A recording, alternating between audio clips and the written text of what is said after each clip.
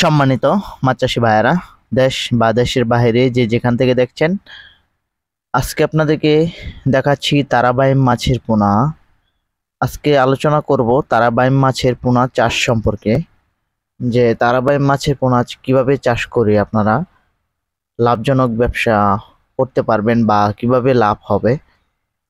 সেক্ষেত্রে এই সমস্ত তারাবাইম মাছের জন্য ভালো একটি পুকুর নির্বাচন করতে হবে, যেন পুকুরে কাদামাটি 4 থেকে 5 ইঞ্চি পরিমাণ কাদামাটি থাকে পুকুরে, আর পুকুরটা যেন বন্যামুক্ত হয়, আর পুকুরের সাইডে যেন কোনো আগাছা বা গাছপালা না থাকে।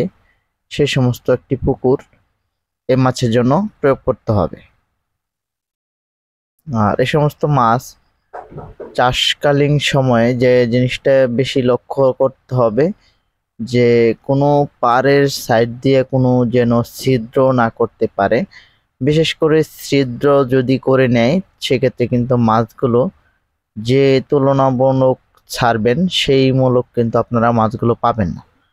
কেননা তারাবাইম মাছের পোনাগুলো গর্তের ভিতর দিয়ে এক পুকুর থেকে আরেক পুকুরে খুবই সুন্দর ট্রান্সফার হয়ে যায় আর কি।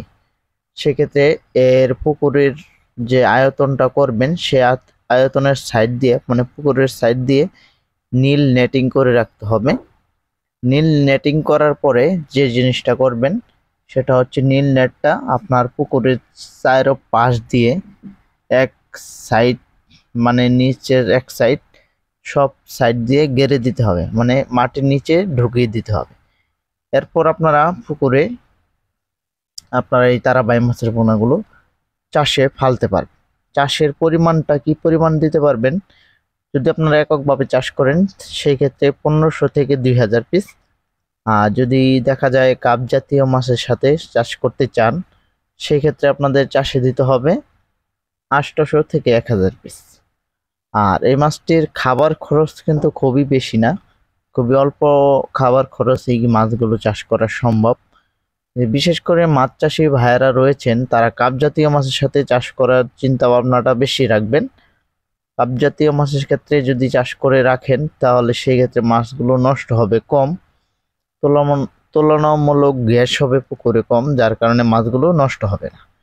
আর একক ক্ষেত্রে করতে পারবেন, সেক্ষেত্রে আপনার পুকুরে কাদার পরিমাণ কম থাকতে হবে। পুকুরে কাদা যেন আপনার কালো না থাকে, সেই জিনিসটা লক্ষ্য করে মাছের পোনাগুলো চাষে দিতে পারবেন। সেক্ষেত্রে আপনারা পুকুরে আয়তন বা পানির গভীরতা রাখতে হবে 5 থেকে 6 ফিট। আর পুকুরে যে সমস্ত পুকুরে মাছগুলো চাষ করতে চেষ্টা রাখবেন, মিনিমাম 20 শতক, আর উপরে 50, 40 বা 80 শতক এরকম পুকুর হলে সবচেয়ে বেশি ভালো হবে। সুপ্রিয় দর্শক, যদি ভিডিওটি ভালো লাগে লাইক কমেন্ট শেয়ার করবেন, পাশাপাশি আমাদের চ্যানেলটি সাবস্ক্রাইব করে রাখবেন। সকলে ভালো থাকবেন, সুস্থ থাকবেন। ধন্যবাদ, দেখা হবে অন্য কোনো ভিডিওতে।